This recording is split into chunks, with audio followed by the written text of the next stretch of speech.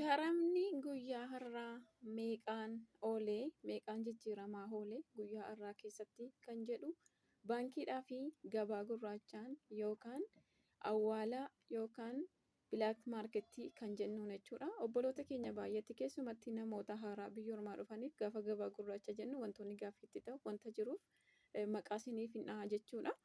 Hordoftoota chaanaalii Leeliyyeetu nagaa faraarri waaqayyoo isiniif haa baay'atu. Akkam jirtu nagaa keessanii? Ani nagaa kooti galata waaqayyoo jiran isiniin jedha. Har'a biyyoota muraasa biyyoota obboloonni keenya hamma tokko keessatti baay'atanu jedhee yaaduu fi jedhee amanu biyyoota muraasa karaa baankii fi gabaa gurraachaan guyyaa har'aa keessatti maallaqni meeqaan jijjiiramaa oolee kan jedhu wajjiniin ilaallaa. Ana wajjiniin tura. Biyyoonni kunneenis maqaan isiniif dhaha. Biyyoota 11 isinii qabadhee dhufe jechuudha.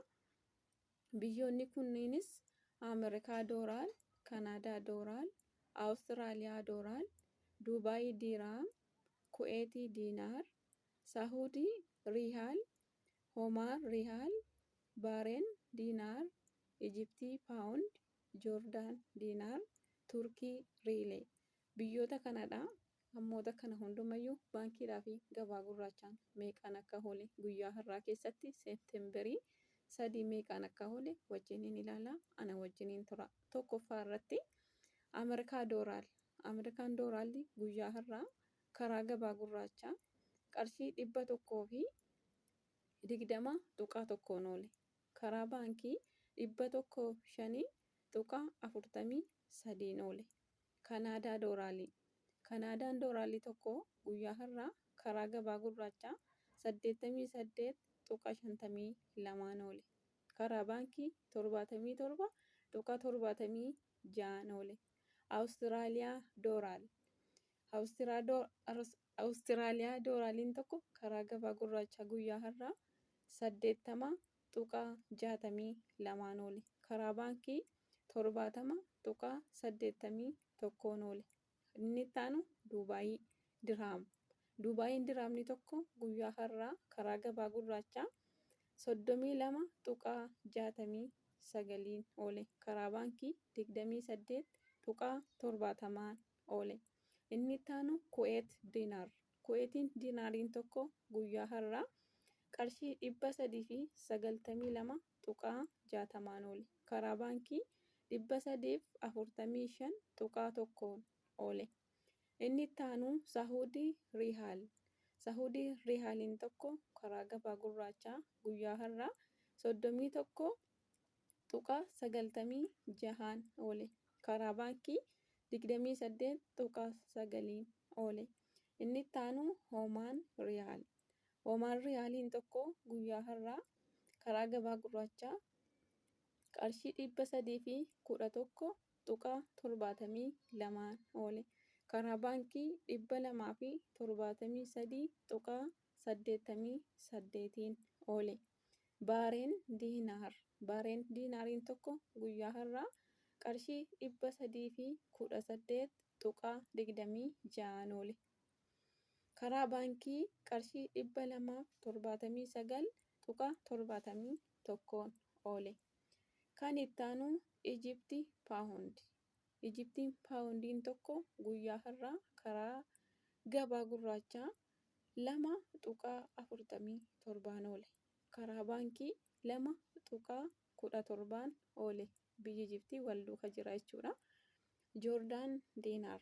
Joordaan Diinaariin tokko guyyaa har'aa karaa gabaa gurraachaa qarshii 169 tuqaa 39 oole. Karaa baankii qarshii 148 tuqaa 76 oole.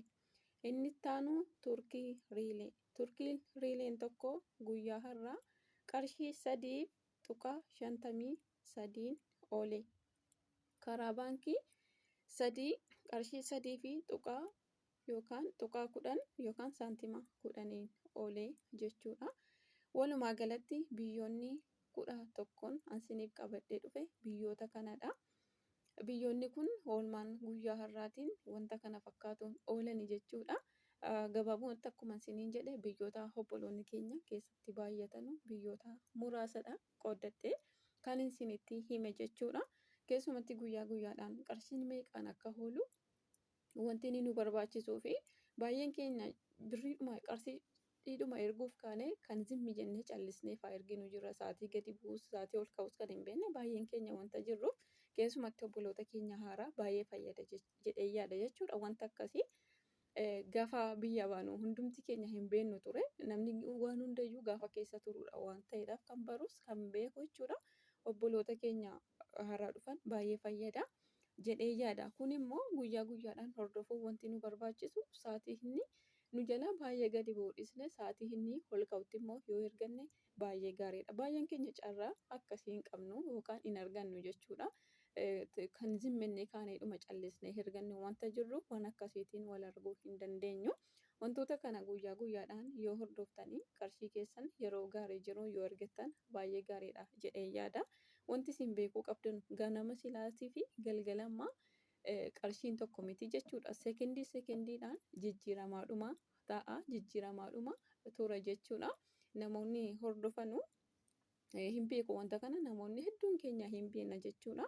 Iddoo tokko akka inni hin teenye jijjiiramee qarshii jechuudha.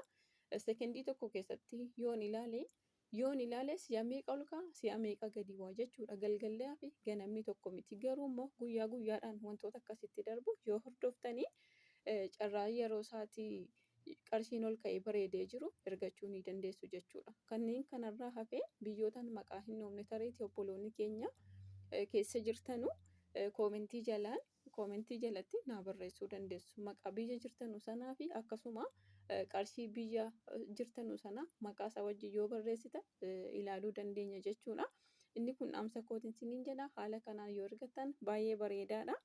Inni isiniin jedha hordoftoota kiyya chaanaalii kiyyaaf amma yoonaatti warreen maatii naaf taatanii jirtan guddaa tokko galatooma. Warreen maatii naaf hin taane immoo isiniin affeera maatii naaf ta'a. Wal jajjabeessinaan isiniin jedha. Chaanaalii kiyya sheer laayik sabskiraayib naaf godhaan isiniin jedha hordoftoota kiyya. Viidiyoon koo irraa gabaabumatti kana fakkaata jechuudha.